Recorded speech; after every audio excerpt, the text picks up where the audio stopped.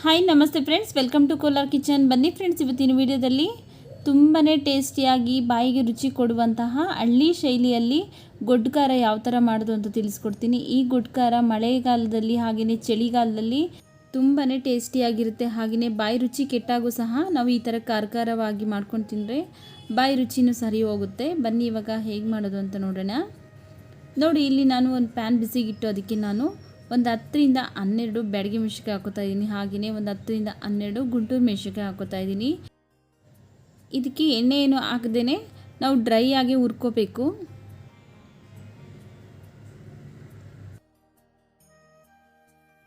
ನೋಡಿ, ಒಂದು 2ರಿಂದ 3 ನಿಮಿಷ ಆಗಿದೆ.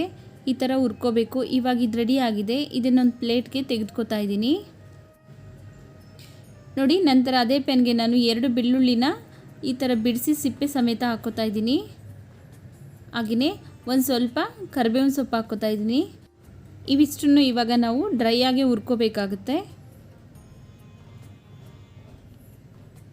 ನೋಡಿ, ಈ ಥರ ಡ್ರೈ ಆಗಿ ಕರಿಬೇವಿನ ಸೊಪ್ಪೆಲ್ಲ ಕ್ರಿಸ್ಪಿ ಆದಾಗ ಒಂದು ಪ್ಲೇಟಿಗೆ ತೆಗೆದಿಟ್ಕೋತಾ ಇದ್ದೀನಿ. ಹಾಗೆಯೇ ಅದೇ ಪ್ಯಾನ್ಗೆ 1 ಸ್ಪೂನ್ ಜೀರಿಗೆ ಹಾಕೋತಾ ಇದ್ದೀನಿ. ಜೀರಿಗೆನೂ ಸಹ ಚೆನ್ನಾಗಿ ನಾವು ಹುರ್ಕೋಬೇಕು. ನೋಡಿ, ಜೀರಿಗೆ ಹುರ್ಕೊಂಡಾಗಿದೆ. ಇದನ್ನು ಸಹ ಅದೇ ಪ್ಲೇಟ್ಗೆ ಹಾಕೋತಾ ಇದ್ದೀನಿ. ನೋಡಿ, ಇಲ್ಲಿ ಒಂದು ಮೀಡಿಯಮ್ ಸೈಜ್ ಈರುಳ್ಳಿನ ಈ ಥರ ಸ್ಟವ್ ಮೇಲೆ ಸುಟ್ಕೋಬೇಕು. ಎರಡೂ ಕಡೆ ನಾವು ತಿರುಗಿಸ್ತಾ ಚೆನ್ನಾಗಿ ಸುಟ್ಕೋಬೇಕು.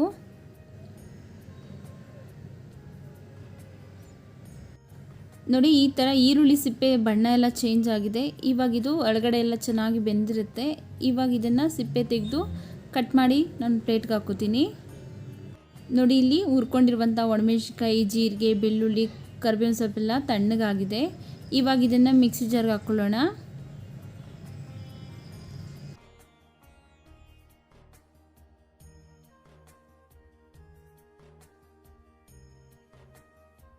ನೋಡಿ, ಹುರ್ಕೊಂಡಿರುವಂಥ ಮಿಶ್ರಣನೆಲ್ಲ ನಾನು ಮಿಕ್ಸಿ ಜಾರ್ಗೆ ಹಾಕ್ಕೊಂಡಿದ್ದೀನಿ. ಹಾಗೆಯೇ ಸುಟ್ಕೊಂಡಿರುವಂಥ ಈರುಳ್ಳಿನ ಕಟ್ ಮಾಡಿ ಹಾಕೋತಾ ಇದ್ದೀನಿ.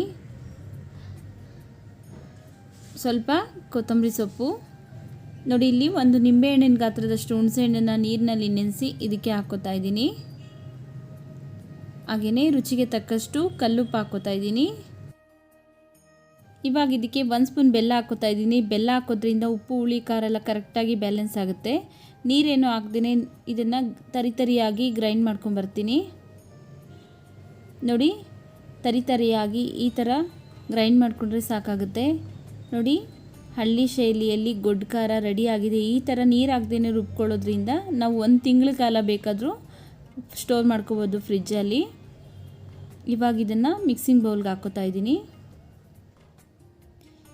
ಈ ಗೊಡ್ಡು ಖಾರಕ್ಕೆ ಒಗ್ಗರಣೆ ಏನು ಹಾಕೋಷ್ಟಿಲ್ಲ. ನಿಮಗೆ ಬೇಕು ಅನ್ಸರೆ ನೀವು ಒಗ್ಗರಣೆನ ಮಾಡ್ಕೋಬೋದು.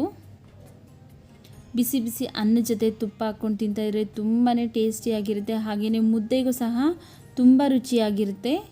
ಈ ವಿಡಿಯೋ ನೋಡಿದ ಮೇಲೆ ಖಂಡಿತ ಟ್ರೈ ಮಾಡಿ ನೋಡಿ.